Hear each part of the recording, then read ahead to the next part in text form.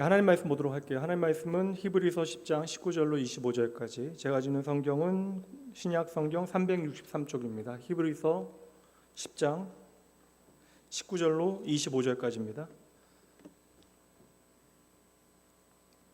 신약 성경 363쪽 히브리서 10장 19절로 25절.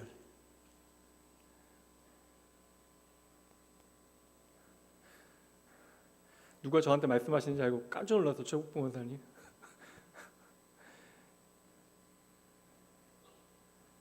권사님 찾으셨으니까 읽도록 할게요. 제가 말씀 읽습니다. 그러므로 형제들아, 우리가 예수의 피를 힘입어 성소에 들어갈 담력을 얻었나니 그 길은 우리를 위하여 휘장 가운데로 열어놓으신 새로운 살 길이요 휘장은 곧 그의 육체니라. 또 하나님의 집 다스리는 큰 제사장이 계심에 우리가 마음의 뿌림을 받아 악한 양심으로부터 벗어나고 몸은 맑은 물로 씻음을 받았으니 참 마음과 온전한 믿음으로 하나님께 나아가자. 또 약속하신 이는 미쁘시니 우리가 믿는 도리의 소망을 움직이지 말며 굳게 잡고 서로 돌아보아 사랑과 선행을 격려하며 모이기를 패하는 어떤 사람들의 습관과 같이 하지 말고 오직 권하여 그날의 가까움을 볼수록 더욱 그리하자. 아멘. 히브리서 오늘 25번째 시간이고요. 히브리서 전체 주제는 성장에는 아픔이 따릅니다. 오늘은 히브리서 10장 19절로 25절 말씀을 가지고 말씀 강론할 때에 말씀의 제목은 새로운 길을 따라 라고 하는 제목으로 말씀 나누도록 하겠습니다. 이 새로운 길은요, 하나님께로 가는 새로운 길을 의미하는 것입니다. 이게 사실 제가 기호일 수도 있는데 교회 임직 과정은 언제나 좀 쉬운 과정은 아니에요. 그러니까 여하튼 원치 않는 좀 오해들도 있고, 사실 오해가 있을 게 없는데 제가 제 사업체나 제 유익을 위한 어떠한 일을 행하는 게 아니니까 가장 여러분 좀 좋은 선의를 가지고 해석을 하셔야 돼요, 믿음 안에서. 그러니까 이게 교회 안에 당회가 결정하는 일에 대해서 온전할 수는 없죠. 사람의 실수가 있을 수 있으나, 그러나 그 사람의 실수조차도 오전 말씀의 핵심은 그거잖아요. 우리의 부족과 한계조차도 하나님은 하나님의 일하심의 도구로 사용하시기에 충분하신 분이시다. 그분은 우리가 신뢰할 만한 분이시다. 적어도 여러분 좀 믿어주셔야 돼요. 그러니까 교회가 결정하는 일들이 누군가를 빼놓거나 그럴 이유가 뭐가 있겠습니까? 그리고 나온교회는 특별히 재정적인 어려움도 있는 교회인데 한 성도라도 교회 안에 더 계시고 더 힘을 합쳐주시고 한 마음으로 함께 하셔야죠. 그러니까 이게 가능하면 어떠한 오해도 하지 마시고, 사실 그리고 저는 솔직히 이게 속마음 얘기할까요? 이렇게 장로가 되고 싶을까? 아니 집사가 되고 싶을까? 어려운 교회에서 일을 감당하는 게 쉬운 일은 아니잖아요. 권사님들 저희도 감사한 게 교회 사랑하는 마음들이 계셔서 이렇게 기도하실 때마다 다들 우시는데 그 마음으로 교회 사역해 주시면 돼요. 참 우리 권사님들도 교회 사랑하신다라는 생각하게 되어지고요. 그래서 좀 혹 오해가 있으면 여러분들이 잘 풀어주세요. 제가 또 각자 다 물론 거의 오해가 없긴 하겠지만 혹 어떠한 자격의 문제로 우리가 어떠한 직분과 임직을 이해하시는 분들이 계시거나 혹 마음이 상하실 수도 있으니까 그런 분들에게는 좀 가서 잘 격려해 주시고, 우리가 무엇이라고 불리우는가는 사실 중요하지 않아요. 저도 여러분 교회 안에 형제요 자매로 이 자리에 있는 것이고 또한 성도로 이 자리에 동일한 모양으로 있는 것입니다. 그냥 우리가 각양 은사에 따라 모양대로 하나님의 몸된 교회의 유익을 위하여 섬기는 것이죠. 그러니까 세상의 어떠한 기준이나 가치에 따라 우리가 하나님의 직분을 이해하게 되어지면 이건 교회는 건강한 교회 아닙니다. 아무리 사람 많아지고 우리가 아무리 대단한 일들을 한다 할지라도 가장 중요한 것을 놓치게 되어지는 거예요. 그래서 서로 이러할 때 복음이 우리 안에 일할 수 있도록 열심히 좀 격려하고 좀 어려움 가운데 있는 이들을 좀 일으켜 세우는 일들을 여러분들 잘 감당해 주셔야 합니다. 저도 의사에 그냥 임직 두고 계속 그냥 마음이 이리저리 많이 쓰입니다. 기도 다 써내셨어요, 여러분? 안 써내신 분도 한번 손 들어보세요. 그 대단한 분들 아직도 안 써내셨어요? 오른손 아프세요? 다치셨어요? 써내세요. 위에 가시면서 이렇게 써내시고. 기독교의 진리는 여러분 십자가의 그 중심이 있습니다. 그래서 모든 이야기는 십자가로부터 출발해서 이제 십자가로 마무리되어야 하죠. 그러니까 기독교의 진리 생각해 보면 하나님, 그리고 그러니까 이제 신론, 그리고 인간론, 그리스도론, 교회론, 구원론, 종말론까지. 그러니까 조직신학의 각 분야들은 사실 그 핵심 진리의 중심에 예수 그리스도의 십자가가 이제 놓여 있어요. 그러니까 십자가를 관통해야 하나님에 대해서나 인간에 대해서나 그리스도에 대해서나 구원과 교회와 종말에 대해서 우리는 온전히 이해하게 되는 것입니다.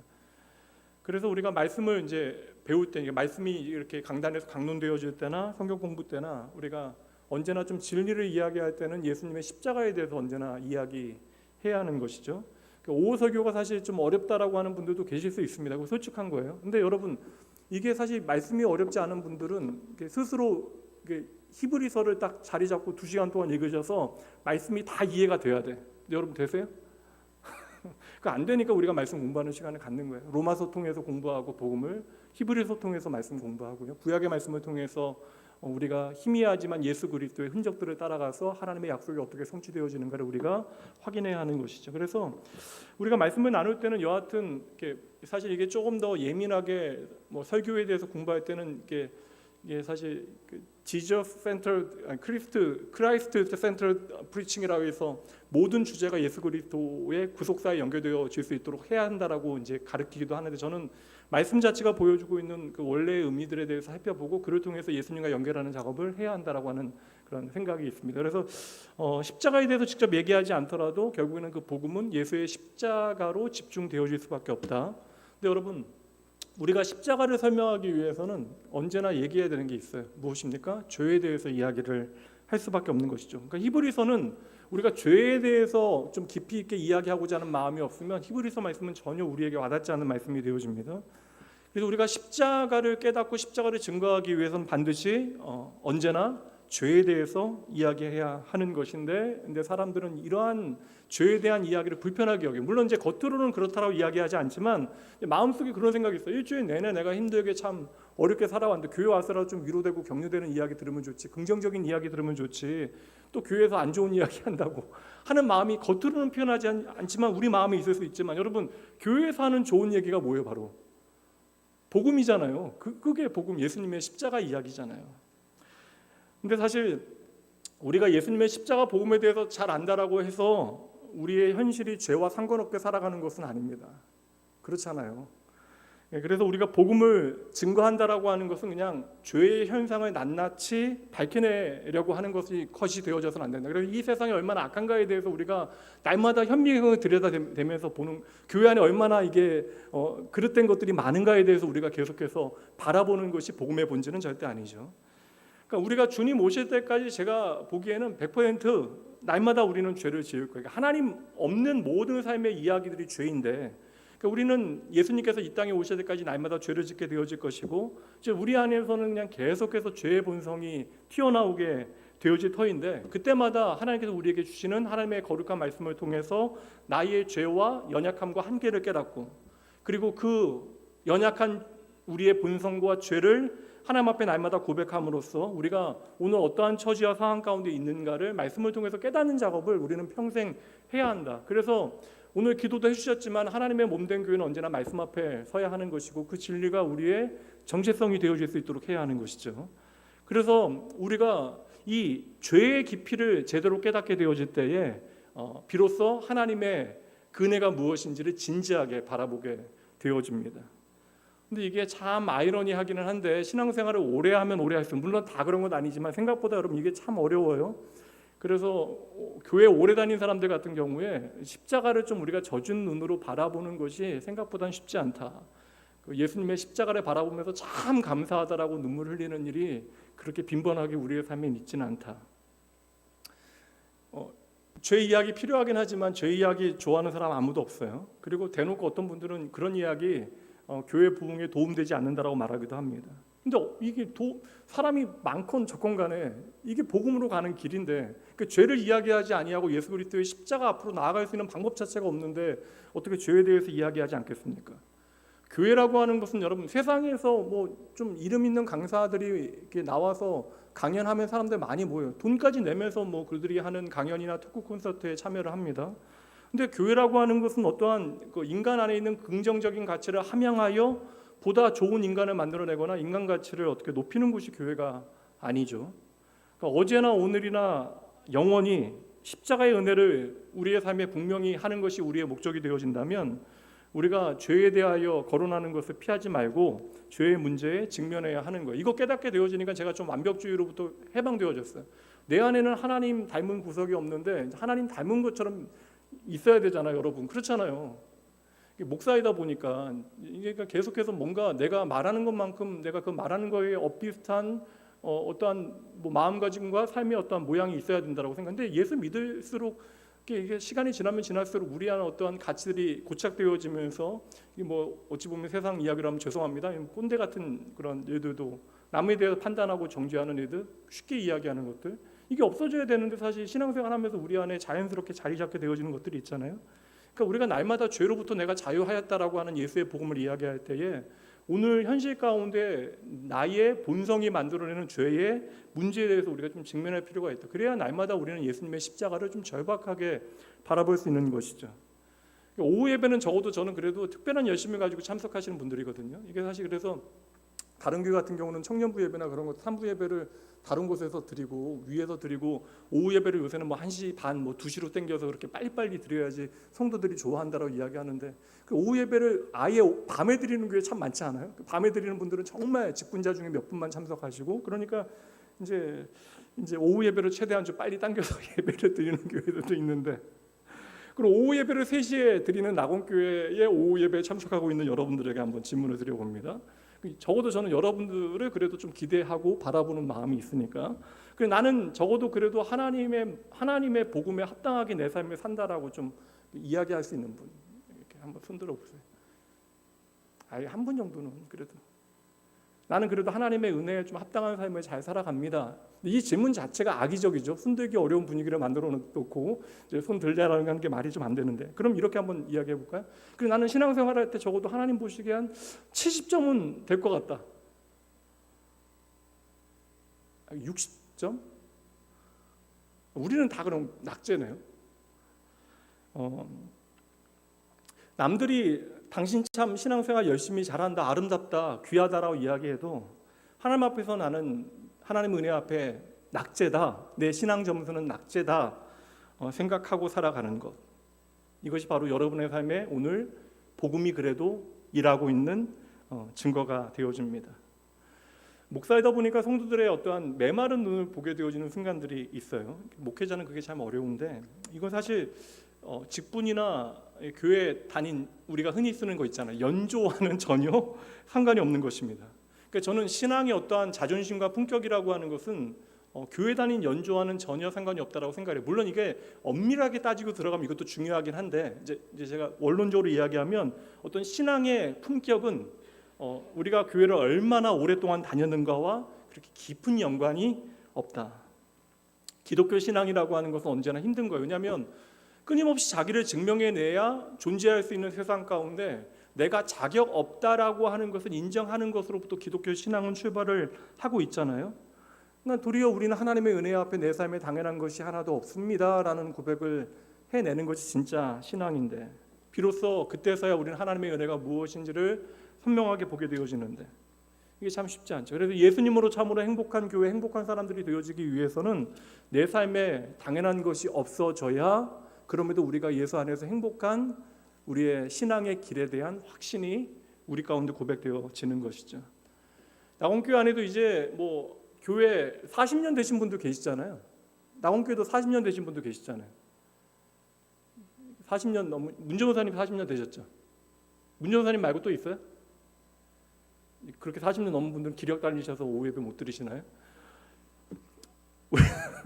우리가 30년, 40년 교회 다녔고 교회 안에 어떠한 직분을 가졌다 할지라도 사실 직분이 계속 얘기하고 싶은 건 이게 자격이 아닙니다. 이게 제가 이제 예전보다 예전에는 제가 뭐 전도사라는 거, 목사라고 하는 것을 좀 이게 뭐 이게 그 어떤 자존감을 가지고 표현했는데, 제가 이거 미국 유학 가면서부터 이제 좀 진지하게 하나님 앞에 복음의 가치에 대해서 좀 생각하고 고민하면서, 쉽게 예전에는 좀 청년들하고 공부할 때 정말 자격 없다는 표현을 좀 강렬하게 표현하기 위해서 정말 나는 좀 이게 좀 쓰레기 같다 표현인데, 이게 오해가 된다고 하지 말라고 계속해서 이제 그런 표현을 안 써요. 좀 왜냐면 이게 오해되니까.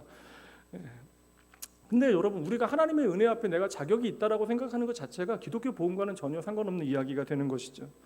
그러니까 우리 안에는 평생 이 말씀이 날마다 새로워져야 소망이 있어요. 신앙생활이 건강해지는 것입니다. 로마서 말씀 다시 한번 살펴보도록 할게요. 로마서 3장 23절부터 우리 천천히 함께 읽습니다. 모든 사람이 죄를 범하였음에 하나님의 영광에 이르지 못하더니, 이제 이것에 대한 답이요. 그러니까 하나님 앞에 나아갈 수 있는 방법은 우리에게 없습니다라는 게 전제. 24절, 그리스도 예수 안에 있는 속량으로 말미암아 하나님의 은혜로 값없이 의롭다 하심을 얻은 자 되었느니라. 이 복음 앞에 우리가 자격 얘기하면 이건 빵점, 이것 자체가 낙자입니다. 그래서 25절 말씀에 그것을 설명하는데, 이 예수를 하나님이 그의 피로써 믿음으로 말미암는 화목 제물로 세우셨으니, 이거 여러분 히브리서 7장부터 9장까지 계속해서 설명한 내용이에요. 이는 하나님께서 길이 참으시는 중에 전에 지으신 죄를 우리가 해결할 수 없잖아요. 간과하심으로, 예수의 보혈로 간과하심으로 자기의 의로우심을 나타내려 하심이니, 곧 이때에 자기의 의로우심을 나타내서 자기도 의로우시며 또한 예수 믿는 자를 의롭다 하려 하심이라. 27절 함께 있습니다. 그런즉 27절 함께 시작. 27절,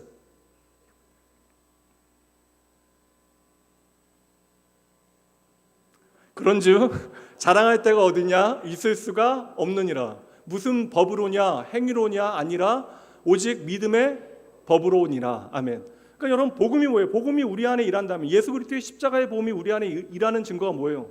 우리 안에 당연한 게 없어진 거예요. 그래서 우리가 자랑할 수 없다라는 거예요. 이게 핵심입니다. 신앙생활에. 그래서 성도의 삶의 교만은 신앙과 반대말이고요. 성도의 삶의 교만은 신앙의 반대말, 신앙은 언제나 겸손이어야 한다. 여러분, 십자가는 바로 죄인을 사랑하는 은혜입니다. 자격 있는 사람을 이렇게 받아들이시고 사랑하시는 것이 아니라 바로 죄인을 사랑하시는 은혜가 바로 십자가가 되어지는 것이죠. 죄 가운데 늘 불안해하고 방황하던 저와 여러분을 예수님의 십자가의 은혜로 죄사함의 구원을 통하여 하나님의 평안 가운데, 축복 가운데 살아갈 수 있도록 하나님만이 주실 수 있는 예수 그리스도 안에서의 참된 행복을 누리게 하시는 것이 바로 복음이죠. 근데 구약의 이스라엘 백성들, 구약의 모든 역사 보세요. 이스라엘 백성들은 우리에게 아무런 문제가 없다라고 이야기해요. 이게 참 문제가 뭐예요? 하나님은 문제가 있다라고 하는데 이스라엘 백성들은 우리에게 아무런 문제가 없대요. 그러니까 그 선지자의 피 끓는 음성에, 그러니까 선지자가 얼마나 힘들면 여러분 로뎀나무 밑에 가서 죽겠다라고 이야기합니까? 오늘 제가 한 성도님하고 교제 나누는데 다른 이야기하다가 기도 제목 나누다가 잠깐 이야기하시는데 부서 목사님하고 목사님이라고만 얘기하면 드러날 수 있으니까 부서 교역자하고 대화를 나누던 중에 전도사님이 됐건 그 목사님이 됐건 얘기를 나누던 중에 오래 얘기하다 보니까 목사님에 대한 좀 있었던 마음의 오해가 풀렸대요. 근데 뭘 오해를 하냐고. 뭐 오해할 게 뭐가 있어요? 저는 우리 목사님들 보면 오해할 게 전혀 없거든요. 그들은 저를 오해할지 모르겠습니다. 근데 저는 오해할 게 뭐가 있어요? 계속 생각하면 그 생각하거든요. 가끔씩 보면 정말 마음에 안 들 때 있어요. 아니 다 마음에 들 수는 없잖아요. 차인재 목사님 안 그래요? 목사님도 마음에 안 들 때 있다며 내가. 그러니까 있다 그러니까 아니 전 이해합니다. 사람 마음이 그럴 수 있죠. 그런데 저는 그들의 그 선의를 알거든요. 몸된 교회를 사랑하는 선의를. 그러니까 이 정도 교회 사랑하고 이 정도 헌신하면 사실 이게 세상적으로 이야기하면 이거 다 근무 시간 초과예요. 막 토요일 날도 11시까지 사역하고 평일 날도 준비하고 성도도 돌보고 한다고 막 그리고 막 멀리 계신 분들 뭐 하나 갖다 드리겠다고 막 왕복 2시간 반 거리 왔다 갔다 하고 그런 거 보면 야 비효율적이다 생각되고 참 이렇게까지 저는 그게 다 선이거든요. 그럼 저는 좀 교역자들의 부족함도 사람이니까 그 선의를 보고 좀 여러분들 귀히 여기시고 사랑해 주셔야 돼요. 여러분 좀 사랑해 주십시오. 그리고 교역자들이 부서에서 사역 잘하실 수 있도록 좀 도와주셔야 돼요, 여러분. 이게 좀 부족해도 열심히 우리 목사님 최고 하셔야 돼. 그리고 우리 목사님뿐만 아니라 우리 전도사님 최고 하고 여러분 열심히 격려하시고 사역할 수 있는 어떤 분위기를 만들어 주셔야 됩니다. 그리고 정말 할 얘기 있으면 기도 많이 하시고 직접 좀 대면하셔 개인적으로 대화 나누시는 시간을 가지시면 되지 않을까. 이스라엘 백성들이 그래서 선지자들의 목소리에도 그 피 끓는 음성에도 귀를 닫잖아요. 갈멜산에도 눈으로 봐도 아무 소용없어. 변하는 건 아무것도 없습니다. 신약 성경에 여러분 등장하는 가장 대단한 좋은 사람들이 누구예요? 바리새인들. 그 잘난 사람들이잖아요. 그러니까 바리새인들이 자랑하는 건 뭐예요? 하나님의 은혜에 내가 합당한 인생이다라고 생각하니까 자격이 있다라는 거예요. 저 세리와 같지 않음을 하나님 앞에 감사합니다. 그게 여러분 어떻게 감사가 되어질 수 있어요? 이게 어떻게 기도가 되어질 수 있어요? 자기들은 죄와 상관없는 삶을 살아가고 있다. 저 죄인들과 다름을 감사하는 말도 안 되는 영적 교만과 만족 가운데 그들은 살아가게 되어지죠. 그래서 예수님께서 그들을 향하여 뭐라고 이야기합니까? 회칠한 무덤과 같다. 그런데 예수님께서 이 땅에 오게 되어지자 죄의 실체가, 이제 구약과 신약 성경에 등장하는 모든 하나님의 백성들의 죄의 실체가 온전히 폭로되어져요. 하나님을 그렇게 사랑한다 이야기했지만 하나님의 아들이신 예수님께서 이 땅에 오셨을 때 전혀 몰라요. 그리고 하나님을 반역하는 일을 구체적으로 그들이 행하게 되어집니다. 여러분, 성경이 말씀하고 있는 죄의 본질이 무엇일까? 우리가 죄에 대한 이야기를 했는데, 죄라고 하는 것은 하나님과 관계되어지지 않은 모든 것이 다 죄예요. 하나님의 목적과 방향에서 어긋나게 되어진 모든 것이 다 죄입니다. 그러니까 죄라고 하는 것은 하나님의 말씀 밖에 거하는 것이 바로 죄가 되어지기 때문에 우리가 이 죄 가운데 거하게 되어지면 하나님의 말씀도 내 귀에 전혀 들리지 않게 되어지는 것이죠. 그렇다면 여러분, 우리는 어떠합니까? 늘상 제가 이 질문 비슷하게 던질 때는 먼저 하는 질문이긴, 사전 질문이긴 하는데, 여러분 예수 믿고 내가 구원받았으면 여러분 믿으시죠?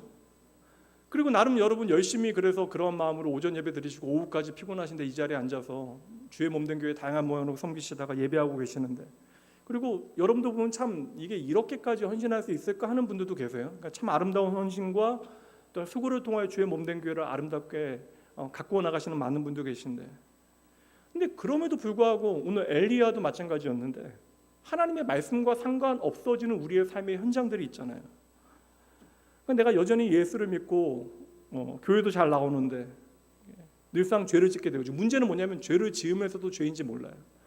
내 삶에 하나님이 없는 자리와 공간, 제가 자주 얘기하는 시간과 공간이 많아집니다. 그러니까 말씀과 전혀 상관없게 살아가는 그런 시간과 공간.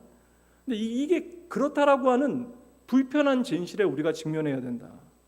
이거 우리가 인정해야, 내가 하나님의 백성이지만 여전히 하나님의 백성다운 삶을 살기에는 현저하게 내 믿음의 실력이 부족하다. 이것을 깨닫고 인정해야 거기서부터 하나님의 회복이 시작되어지는 거예요. 그래서 여러분, 우리의 믿음과 현실 사이의 아이러니를 좀 깨달아야 돼. 내 믿음을 내가 아는 실력이라고 생각하지 말고 믿음과 나의 현실 사이의 그러한 아이러니 가운데 내가 잊지 말아야 하는 것은, 그럼에도 불구하고 우리가 이렇게 사실 말도 안 되는 아이러니한 삶을 살아가는데, 그럼에도 불구하고 하나님께서는 예수 그리스도의 십자가를 통하여 오늘도 하나님의 의 가운데 붙들어놓고 계신다. 그렇게 우리 안에 또 다른 보혜사로 하나님의 의 안에 우리를 거하게 하시는 분이 누구세요? 지난주 그게 주제였는데 성령 하나님이시죠. 따라해 보세요. 성령께서 나를 붙드십니다. 다시 한번, 성령께서 나를 붙드십니다. 그래서 저는 성령께서 하시는 가장 중요한 일이 하나님의 말씀을 듣게 하는, 그리고 그 말씀에 순종하게 하는 일을 우리 안에 지혜의 영으로, 진리의 영으로 행하신다. 여전히 우리의 삶은 온전하지 못합니다. 제가 저를 봐도 하나님 앞에 그냥 온전하지 못한 부분들이 많이 있어요. 예전보다 많이 좋아지긴 했겠죠. 그러나 여러분, 성경에서 우리에게 말씀하고 있는 어떤 죄는요, 윤리적인 도덕적인 차원에만 머무는 것이 아닙니다. 처음부터 끝까지 제가 말씀드렸죠. 죄의 문제는 하나님과의 관계 가운데서만 확인되어지는 것. 그래서 이거 예수님의 이제 말씀 가운데 유명한 요한복음의 말씀이 있어요. 요한복음 15장 5절 말씀. 이게 다 1절부터 다 그 말씀인데, 이 5절 말씀 한 절만 읽도록 하죠. 함께 읽습니다. 나는 포도나무요, 너희는 가지라. 그가 내 안에, 내가 그 안에 거하면 사람이 열매를 많이 맺나니 나를 떠나서는 너희가 아무것도 할 수 없습니다. 아멘. 저는 그래서 예수 믿는 사람들은 세상 가운데 더 잘 살아야 한다라고 믿습니다.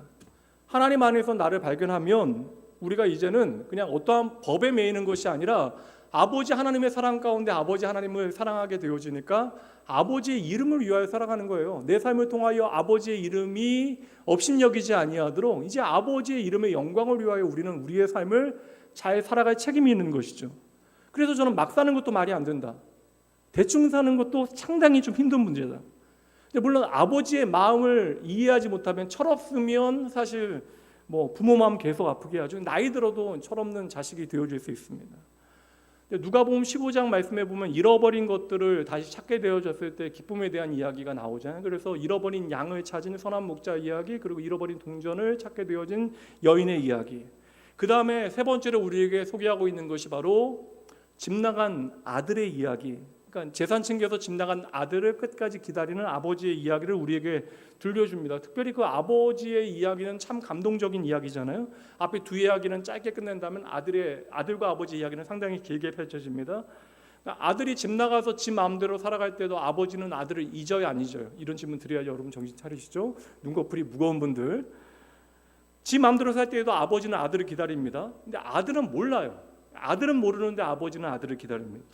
그리고 거지가 되어진 아들이 이제 아버지 집으로 돌아오게 되어질 그날에도 아들을 기다리던 아버지가 먼저 아들을 알아보게 되어져. 이걸 뭐 물리적으로 야, 아들보다 아버지가 시력이 좋았다, 뭐 그렇게 이해하시는 분들은 아무도 안 계시잖아요. 근데 이 이야기는 그게 전부가 아니라, 만약에 이게 전부라면, 잃었다가 찾은 아들을 기뻐하는 것으로 끝나는 이야기라면 앞에 목자의 이야기나 동전을 찾은 여인의 이야기로 충분합니다. 제가 여기서 발견하게 되어진 아버지의 중요한 마음, 우리가 여기서만 발견할 수 있는 아버지의 마음은 이거예요. 여러분, 집 나간 아들이 돌아왔기 때문에 아들의 자리를 회복하게 되어진 것이 아니라는 것입니다. 근데 아들은 이걸 착각한 거예요. 그래서 회개하고 돌아올 때 뭐라고 이야기해요? 아버지가 받아주기만 하면 종으로 살아도 괜찮다. 여러분, 이게 회개가 아니라고요? 왜냐하면 아버지의 마음을 깨닫지 못했으니까. 그러니까 깨닫기만 한 거야. 내가 잘못했구나. 이렇게 살다가 정말 망하겠구나. 여러분, 이거 꼭 기억하셔야 돼요. 이 아들이 나가서요, 뻘짓하고 살아갈 때에도 아들이에요. 이게 메시지입니다. 여전히 아들입니다. 그러니까 집을 나간 순간부터 집을 나가서 행했던 모든 것들이 아들로 나가서 행한 일이에요. 그러니까 아버지에게는 여전히 아들이었다는 것이죠.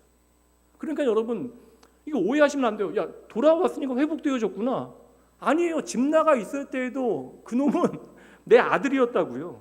여기서 핵심적인 게, 그래서 다음에 이어지는 말씀으로 첫째 아들 이야기로 연결이 되어지는 거예요.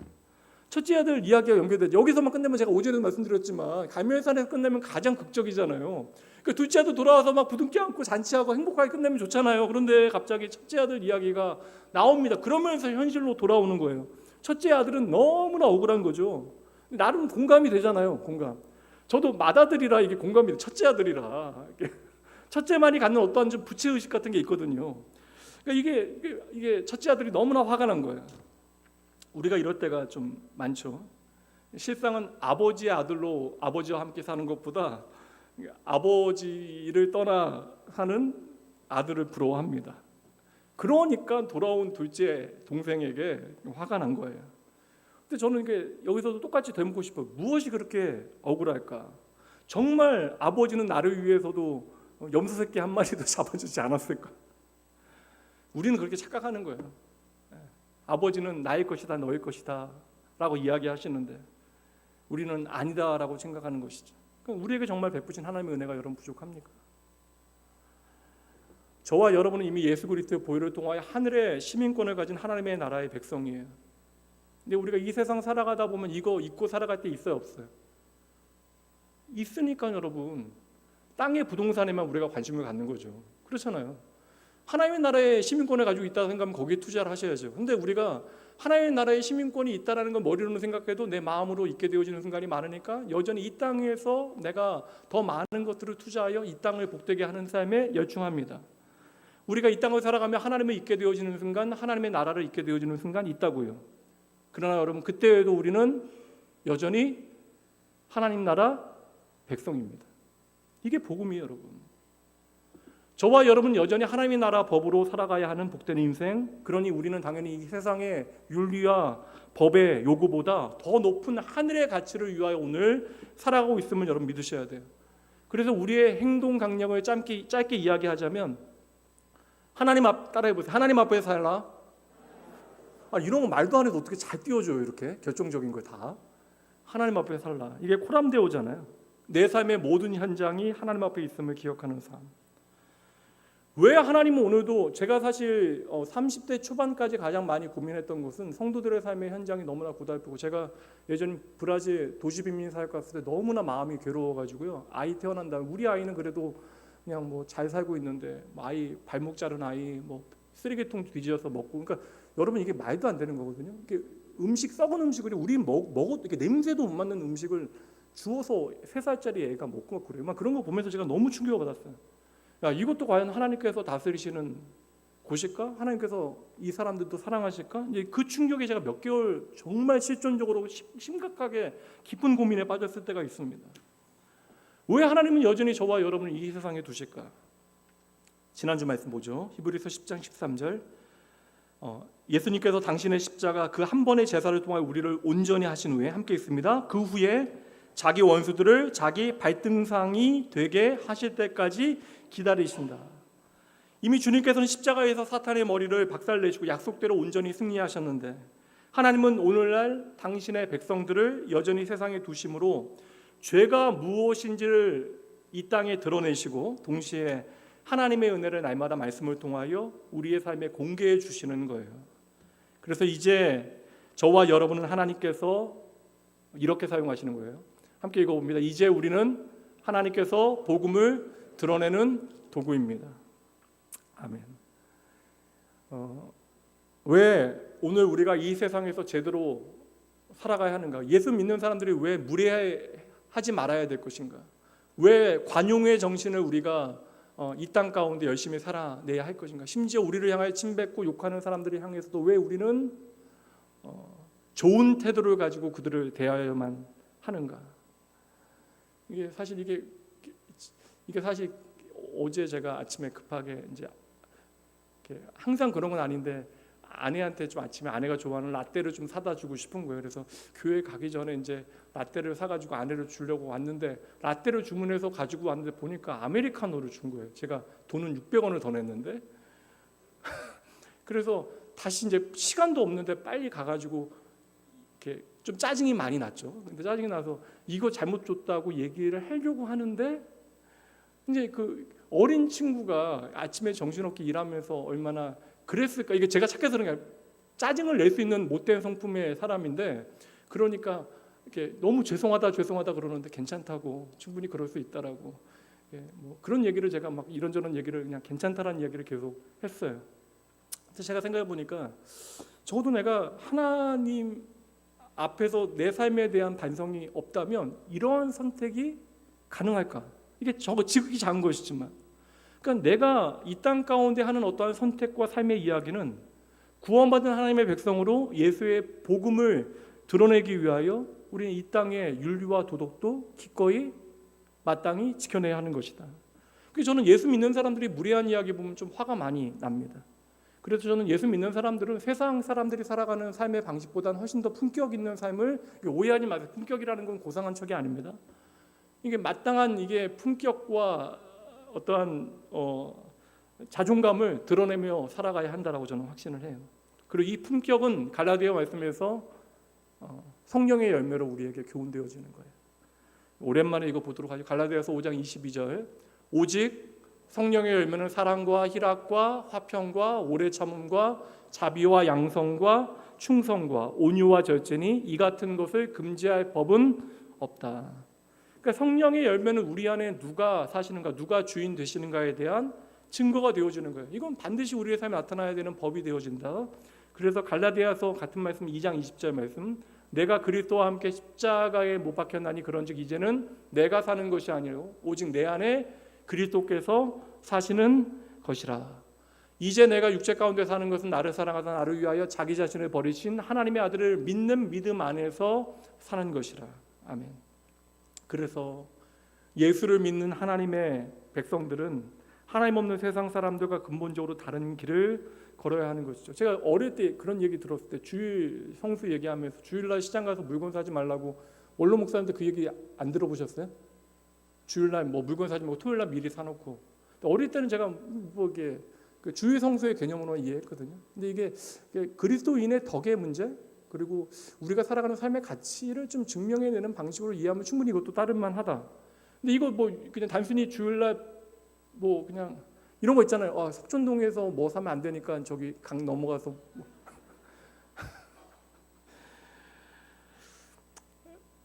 성도는 하나님 없는 세상 사람들과 근본적으로 우리가 좀 다른 길을 걸어가야 합니다. 여기까지 잘 따라오셨죠? 그리고 오늘 말씀 보도록 할게요. 19절과 20절 그러므로 형제들아 우리가 예수의 피를 힘입어 성소에 들어갈 담력 그러니까 우리가 성소 하나님 앞에 나아갈 수 있는 자격은 담력은 예수 그리스도의 보혈 말고는 답이 없는 거예요. 얻었나니 20절 함께 있습니다. 그 길은 우리를 위하여 휘장 가운데로 열어놓으신 새로운 살 길이요 휘장은 곧 그의 육체니라. 아멘. 히브리서가 지금까지 설명한 예수 그리스도께서 십자가에 이루신 새 언약의 성취는 여기서는 바로 뭐라고 설명해요? 하늘을 향하여 열어놓으신 새로운 길, 생명의 길이라고 이제 표현하고 있는 것이죠. 그럼 그림을 한번 그려 보셔야 돼요. 창세기의 죄의 결과가 나옵니다. 창세기에서 이제 죄를 짓게 되어서 가장 먼저 그들이 어떻게 돼요? 에덴에서 추방당하게 되어집니다. 이게 타락인데 이제 그때로부터 성경 말씀에 에덴으로부터 추방당할 때에 에덴으로 가는 길이 끊기게 되어져요. 이제 그 장면이 창세기 3장 24절입니다. 함께 읽어봅니다. 이같이 하나님이 그 사람을 쫓아내시고 에덴 동산 동쪽에 그룹들과 두루 도는 불칼을 두어 생명나무의 길을 지키게 하시니라. 이제 다시 말하면 누구든지 이제 생명나무, 하나님의 생명을 확인하게 하는 영생으로 가는 길로 나아갈 수 없다. 이게 하나님께로부터 이제 단절되어졌어요. 하나님께로 갈 수 있는 길이 우리에게는 없습니다. 그러니 이제 하나님께로 가는 생명의 길이 끊겨졌으니 죽음의 길을 따라 걷게 되어지는 것이 우리의 삶의 전부가 되어지는 거예요. 그러니 당연히 사람의 마음 가운데 본능적인 두려움이 있었겠죠. 그러니 역사 이래에 수많은 사람들이 수많은 방법으로 이 죽음의 문제를 해결하기 위해 극복하기 위해 갖가지 방법을 동원합니다. 오늘도 생명 연장의 꿈은 계속해서 꾸고 있지만 모두가 허사인 것이죠. 그 누구도 죽음으로부터 해방할 수 있는 사람 아무도 없고요. 사실 나이가 들어가면서 육신이 쇠하여 가는 그런 과정을 겪지 않는 사람은 아무도 없습니다. 그래서 이게 사실 내가 그렇게 자랑하던 것도 자랑할 수 없다라는 것을 우리가 좀 나이가 들어가면서 깨닫게 되죠. 그래서 저는 예전엔 이해가 안 됐거든요. 이렇게 연세 드시면 이렇게 사진 찍는 거 특히 여성분들 싫어하시는데 왜 이렇게 싫어하실까? 이제는 이해가 되죠. 왜 싫어하시는가? 꽃 사진 왜 이렇게 좋아하시는가? 누구도 여러분 죽음으로부터 우리의 육신으로부터 그 육신이 죽음을 향하여 가는 것으로부터 자유하거나 해방할 수 있는 사람 없고 누구도 하나님의 영원한 생명 가운데 자기 스스로의 힘으로 나아갈 수 있는 인생이 없다라는 사실을 역사를 통하여 우리는 확인하게 되어집니다. 그래서 하나님을 떠난 그 순간으로부터 영생이라고 하는 것은 말 그대로 그림의 떡이 되어진 거예요. 그러니까 아무리 내가 제사 드리고 아무리 좋은 제물을 드리고 뭐 그래도 소용없어요. 사실 뭐 이전에 하나님 모를 때에는 그림의 떡 자체를 몰라요. 모든 인생은 빈부귀천을 막론하고 그냥 죽음을 향해 달려가는 것이 이 땅의 역사입니다. 그래서 요한복음 1장에는 바로 빛이 임하여도 어둠 가운데 거하기를 좋아했던 사람들의 모습을 우리에게 들려주고 있는 것이죠. 근데 하나님께서 당신의 백성들을 창조의 약속대로 회복하시기 위하여 언약을 성취하시기 위하여 하나님의 나름의 구원의 프로젝트, 하나님의 큰 구원의 큰 일을 이루어 가시는 과정 가운데 하나님께서 택한 이스라엘 백성들에게 계시를 주시는데 사실 이게 혈통적 이스라엘로만 이해하면 답이 없는 것이긴 하거든요. 눈에 보이는 어떠한 이스라엘을 통하여 영적 이스라엘이 무엇인가, 하나님의 백성이 누구인가를 보이시는 것이 핵심인데 택한 이스라엘 백성들에게 계시를 주십니다. 그래서 율법의 말씀을 통한 여러 가지 이제 일들을 명하시죠. 제사 제도와 뭐 여러 가지 절기를 지정하게 되어져요. 특별히 그리고 레위 사람들을 택하시어 제사 제도와 성막에서 벌어지는 일체 일들에 종사하게 하시는 것이죠. 그리고 이러한 제도 안에서 대제사장은 1년에 한 번 제성소에 들어가 피를 가지고 들어가야 되죠. 피를 가지고 들어갔다가 이제 나오는 일을 하게 되어집니다. 그러면 그냥 한 해 간신히 그냥 용서받고 살아가는 거예요. 이스라엘 백성들은 이것이 우리가 영생에 이룰 수 있는 길이라고 생각하는데 날마다 여러분 드려야 돼요. 그렇지 않으면 용서받을 수 없습니다. 이게 영생이 그 안에 없다고요? 내가 그렇게 정성 다하여 드리는 제사와 제물도 몸과 마음을 바쳐서 헌신했던 모든 것들도 그냥 구약 시대는 다 소용이 없는 거예요. 우리를 구원할 수 있는 능력이 없습니다. 그래서 구약의 모든 율법과 구약의 모든 제사 제도는 하물며 성막과 성전조차도 눈에 보이는 성막과 성전조차도 하나님의 영생을 우리에게 보여주는 그림자에 이제 불과한 것이 되어지죠. 히브리서는 지금 사실 엄밀히 말하면 1장부터 지금까지 이 사실을 아주 꼼꼼하게 우리에게 설명한 거예요. 오늘 본문의 말씀에서 드디어 이제 사실 이제 마무리로 가는 어떤 중요한 전환점이거든요. 드디어 우리에게 영생으로 가는 그 새로운 길이 열렸다라고 하는 것을 선언하고 있는 거예요. 이것은 구약 시대에는 영생의 길이 없었기 때문에 구약 시대 사람들은 전혀 구원받지 못했다는 의미가 아닙니다. 이게 구원이라고 하는 것은 하나님과 연결되어지는 것인데 이제 하나님과 온전히 연결되어질 수 있도록 구약 시대는 그림자요 모형이 되어지는 하나님의 구원의 길들이 있기는 했지만 그건 제한적인 방법이었죠. 근데 이제 예수 그리스도를 통하여 그분의 십자가 사역을 통하여 그 영생의 길이 온전히 드러나게 되어졌다. 그러니까 이게 창세기 3장에 이제 천사들이 화염검을 가지고 이제 에덴을 지키게 하셨잖아요. 생명나무로 가는 길을 지키셨는데 이제 그 에덴 동쪽의 그 길이 예수 그리스도의 보혈을 통하여 열리게 되어진 거예요. 사실 여기서 이제 뭐 상징이긴 한데 불을 들어 이제 화염검을 들어서 이제 지킨다. 이거 사실 어떤 의미겠어요? 누구든지 심판을 통과하지 않으면 안 된다. 왜냐하면 이게 구약 시대의 불이라고 하는 것은 하나님의 심판을 의미하는 것이니까, 정결케 하시는 하나님의 사역을 의미하는 것이니까요.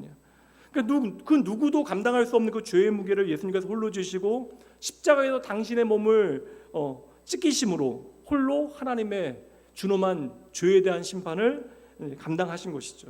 그래서 예수 그리스도를 나의 구주로 믿는 모든 사람들은 그 안에서 주님과 더불어 이제 심판을 받은 것과 다름없게 되어진 거예요. 그래서 오늘 말씀에 휘장 가운데로 새로운 길이 열리게 되어진 것입니다. 구약 시대의 이 지성소는 휘장으로 가려져 있어서 아무나 들어갈 수 있는 그러한 곳이 아니었습니다. 그러니까 구약 시대는 아무도 들어가지 못했던 성소에 예수 그리스도께서 죽으심으로 누구나 들어갈 수 있는 곳이 되어진 것이죠. 그러니까 휘장으로 가려져 있다는 건 어떤 의미예요? 단절되어져 있다는 것이죠. 이곳과 저곳이 분리되어져 있다. 그러니까 하나님과 우리 사이에 막힌담이 있었다라는 거예요. 그런데 예수님께서 십자가에서 당신의 몸을 찢기심으로 지성소 하나님의 임재 가운데 나아갈 수 있는 그 생명나무로 가는 그 길이 열린 거예요. 휘장이 찢겨지게 되어진 것입니다. 예수님의 몸이 찢김으로 그 휘장이 갈라지게 되어진 것이죠. 그리고 우리는 이제 그 예수 그리스도의 피를 힘입어 담대히 그 휘장 한 가운데로 난 길로, 새로운 길로 하나님께 나아갈 수 있게 되어졌다. 그래서 예수님께서는 당신을 우리에게 소개하실 때 요한복음 14장 6절 말씀에 함께 읽어보죠. 예수께서 이르시되 내가 곧 길이요 진리요 생명이니 나로 말미암지 않고는 아버지께로 올 자가, 정신 없으신 것 같아요. 다시 한번 제대로 읽습니다. 시작.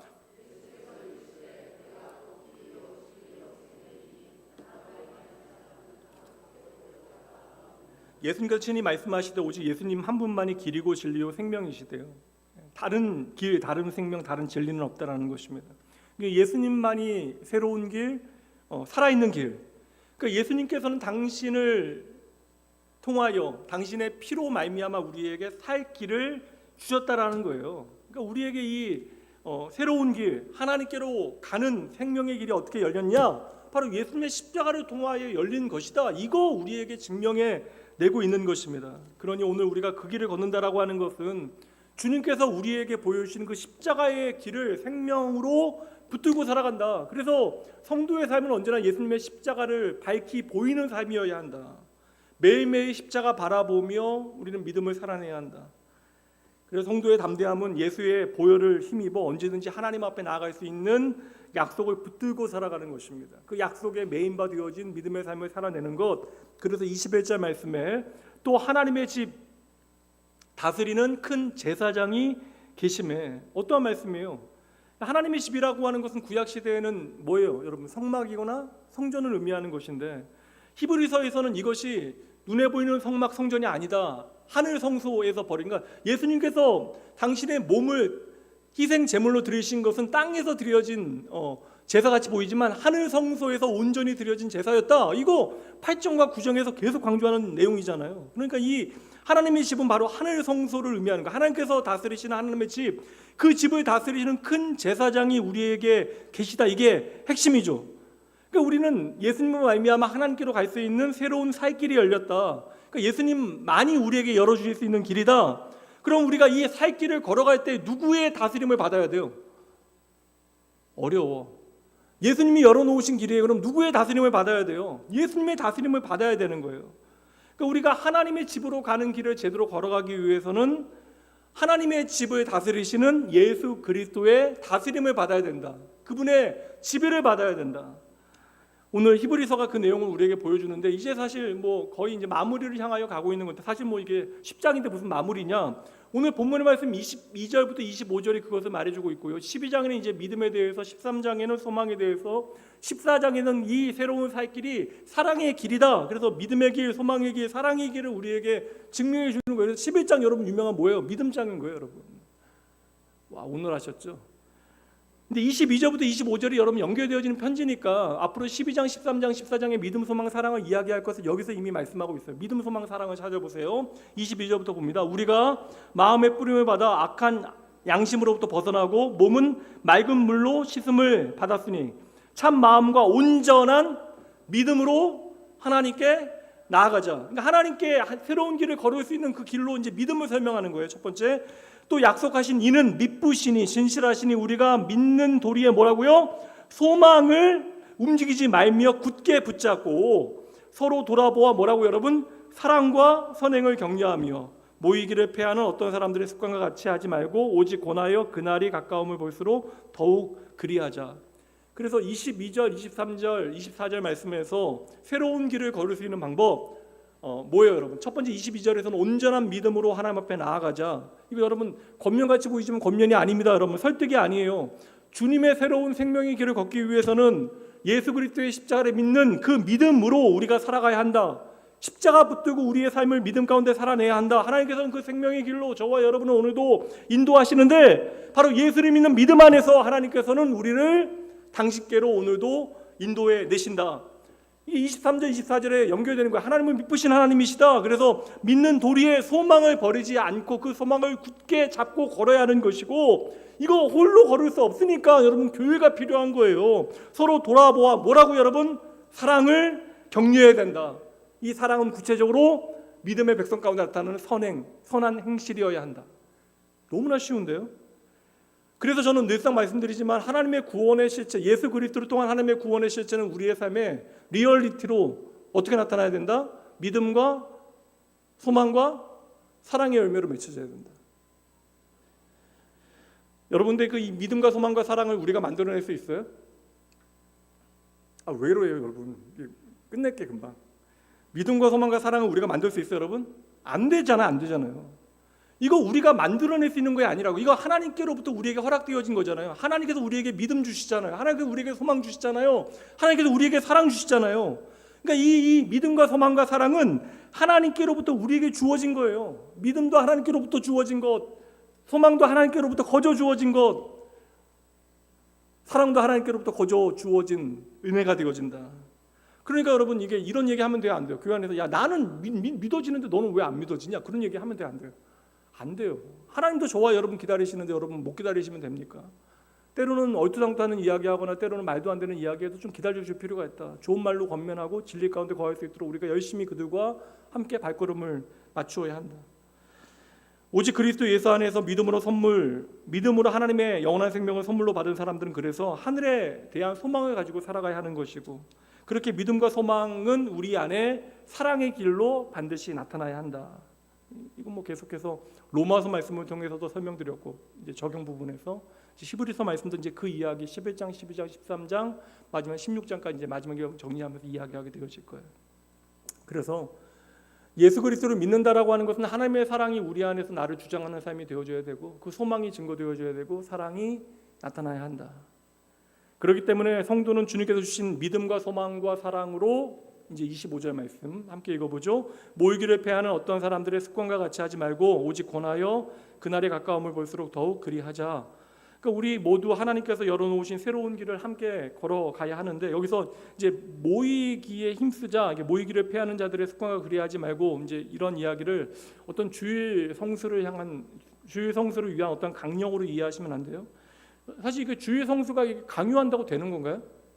이게 뭐 사실 헌금이나 11조가 강요한다라고 여러분 되는 거예요? 성도라고 하면 물론 이런 거 있죠. 야 이거 너 주일에 예배 빠지면 구원 못 받아. 10번 빠지면 너 구원 못 받아. 11조 너 이렇게 못 내면 너 구원 못 받아. 이러면 이건 되죠. 근데 기독교의 진리는 그러지 않거든요. 강요한다라고 믿음의 길을, 소망의 증거를, 사랑의 어떤 실천을 우리가 살아낼 수 있는 것이 아닙니다. 이거 여러분 하나님의 마음이 우리 안에 이해되지 않으면요, 이거 예배 드리는 것도 불가능해요. 예배가 너무나 곤욕스럽고 힘든 사람들이 있거든요. 신앙생활 오래 해도. 성도란 주님께서 자기 몸을 찢으셔서 열어놓으신 새로운 산길을, 새로운 그러한 산길을 통하여 하나님의 집에 이제 거하는 자가 되어야 되고, 그 하나님의 집에 거하면서 하나님을 향하여 나아가는 자가 되어져야 한다. 이제 그 집을 다스리시는 우리에게 큰 대제사장이 계시다. 그러니 성도는 그분의 다스림 아래서 교회에 모이기를 힘써야 되고, 내 몸을 기꺼이 헌신하는 삶을 살아야 되고, 주의 일을 위하여 기꺼이 나의 자원을 사용하는 일을 통하여 복음의 증인이 되어져야 하는 것이고, 이것을 오늘 말씀으로 정리해 보면 예수를 믿는다라고 하는 것은 예수 그리스도를 통하여 우리에게 열린 영원한 생명의 길을 이제 믿음과 소망과 사랑 가운데 우리가 걸어가야 합니다. 이것을 히브리 그리스도인들을 향하여 지금 이 히브리서가 가장 먼저 전하고 있는 것. 이것은 2024년을 살아가는 우리에게도 동일하게 하나님께서 말씀하시는 것입니다. 예전에 제사 지낼 때는 사실 말씀 마칠게요. 예전에 제사 지낼 때는 재물 가지고 와야 되잖아요. 흠나면 돼요, 안 돼요? 못 써요. 흠나는 재물 절대 쓰지 못합니다. 그러니까 제사 드릴 때 재물을 가져올 때에도 흠이 날까 막 조바심 내야 되고 조심조심해야 되고, 이거 하나님께서 과연 이게 잘 받아주실까 하는 그런 걱정 가운데 염려해야 했다면, 이제 예수 그리스도께서 지성소로 가는 휘장을 거두셨잖아요. 하나님 앞에 나아갈 수 있는 길을 열어놓으셨잖아요. 그러니 우리가 그 사이에 열린 길을 따라, 생명의 길을 따라 이제는 담대히 하나님 앞에 나아갈 수 있게 되어졌습니다. 하나님께서 우리를 진짜 많이 참아주시는 거죠. 이 길은 예수님께서 여신 길이고 예수님께서 만드신 길. 그러니까 예수님께서 당신의 흘리신 피로 열어놓으신 길. 그리고 예수님께서 십자가에서 흘리신 그 피가 우리에게 증명하는 바가 바로 믿음과 소망과 사랑이잖아요. 그러니까 이게 사실 엄밀히 말씀드리면 믿음과 소망과 사랑은 나의 믿음과 소망과 사랑의 이야기가 아닙니다. 이 믿음과 소망과 사랑의 이야기는 우리의 이야기가 아니라 누구의 이야기예요?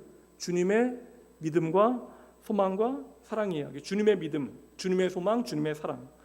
이 주님의 믿음과 소망과 사랑이 저와 여러분을 오늘 이 생명의 길로 걷도록 인도하고 계시는 것이죠. 그러니 하나님의 집으로 가는 그 길, 우리의 큰 대제사장 되신 예수님의 방식을 따라 주님 주신 믿음과 소망과 사랑으로 서로 격려하며 그 생명의 길 잘 걸어가시는 여러분 되셔야 합니다. 결론은 결국 좀 잘 살아보자라는 이야기인데, 세상이 잘 살아보자라는 이야기와 좀 더 다른 복음 안에서의 우리의 가치를 우리는 열심히 배워내야 하는 것이죠. 우리에게 남은 인생길 하나님 앞에서 잘 살아가면서 주님의 믿음과 소망과 사랑이 저와 여러분의 믿음과 소망과 사랑으로 자라나게 주님의 이름으로 축복합니다. 말씀 기억하시고 이번 주 하나님 앞에 기쁨이 되어지는 삶을 잘 살아주시죠. 기도합니다. 하나님 아버지, 내 인생이 예수로 말미암아 새로운 생명을 살아갈 수 있도록 하시니 참 감사합니다. 영원한 죽음과 멸망 말고는 답 없던 저희들의 인생에 생명의 빛이 되신 예수 그리스도 주시어 우리에게 베푸신 은혜가 얼마나 큰지 다시 한번 말씀을 통하여 깨닫게 하십니다. 아버지, 주의 보혈이 열어놓으신 그 새로운 생명의 길, 아버지 하나님께로 돌아가는 그 길은 나의 믿음과 나의 소망과 나의 사랑으로 걷는 길이 아니라 주의 믿음과 주의 소망과 주의 사랑으로 걷는 길임을 저희들 함께 말씀을 통하여 나누었습니다. 하나님의 집의 주인 되신 예수 그리스도의 인도하심을 따라 주의 보혈의 공로 의지하여 신실하게 저에게 허락하신 그 길 제대로 걷게 하여 주시옵소서. 내가 하나님의 자녀로 부름받아 하나님과 화목되게 살아가는 오늘의 삶을 당연하게 여기지 말게 하시고 늘 예수의 십자가를 통하여 나의 정체성과 신앙의 방향을 바로잡고 아버지 하나님의 이름을 위하여 살아가는 주의 자녀들 되게 하여 주시옵소서.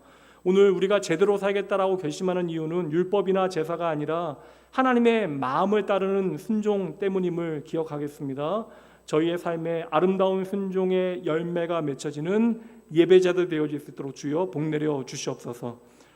오늘 이 시간 주님을 향하여 드려진 소원의 예물 또한 감사와 11조 헌금이 있습니다. 사랑하는 믿음의 가정, 남편을 위하여, 자녀를 위하여, 또한 마음의 소원 주님 앞에 아뢰며 드려진 아버지 많은 아버지여 예물이 있사오니 하나님 이들의 삶이 언제나 하나님께서 책임지시는 은혜의 삶이 되어질 수 있도록 하나님 이들의 삶의 모든 현장에 동행하시고 내 삶에 일하시는 하나님을 선명히 발견하는 주의 자녀들 되어질 수 있도록 주여 복내려 주시옵소서. 오직 주의 피로 말미암아 오늘도 주께서 열어놓으신 생명의 길, 그 믿음과 소망과 사랑의 길을 저희들 기꺼이 감사함으로 걷게 하시는 나의 길, 나의 진리, 나의 생명 되신 예수님 이름으로 축복하며 간절히 기도합니다. 축도하고 예배 마치고요. 잠시 기도하고 여러분 돌아가시면 되는데 구역장 기도회는 당연히 있습니다. 잠시 모여서 구역장 모임 갖도록 할게요. 이제는 우리 주 예수 그리스도의 은혜와 하나님의 사랑하심 성령 하나님의 함께하심이 오직 주께서 십자가를 통하여 이루신 놀라운 일 기억하고 이번 한 주도 주의 은혜 안에 살아가며 복음의 은혜에 힘입어 복음의 증인 되어지기 위하여 애쓰고 서로 돌아보아 사랑과 선행을 격려하며 주님의 부르심을 따라 우리에게 열어놓으신 그 믿음과 소망과 사랑의 길을 애써 잘 걸어가기로 이 시간 다짐하는 주님께서 택하신 모든 하나님 사랑하시는 자녀들, 이들이 다시 은혜로 살아가게 되어질 일주일, 그리고 주의 몸된 교회 가운데 세워질 일꾼들을 위해 지금으로부터 영원까지 함께 있을지어다. 아멘.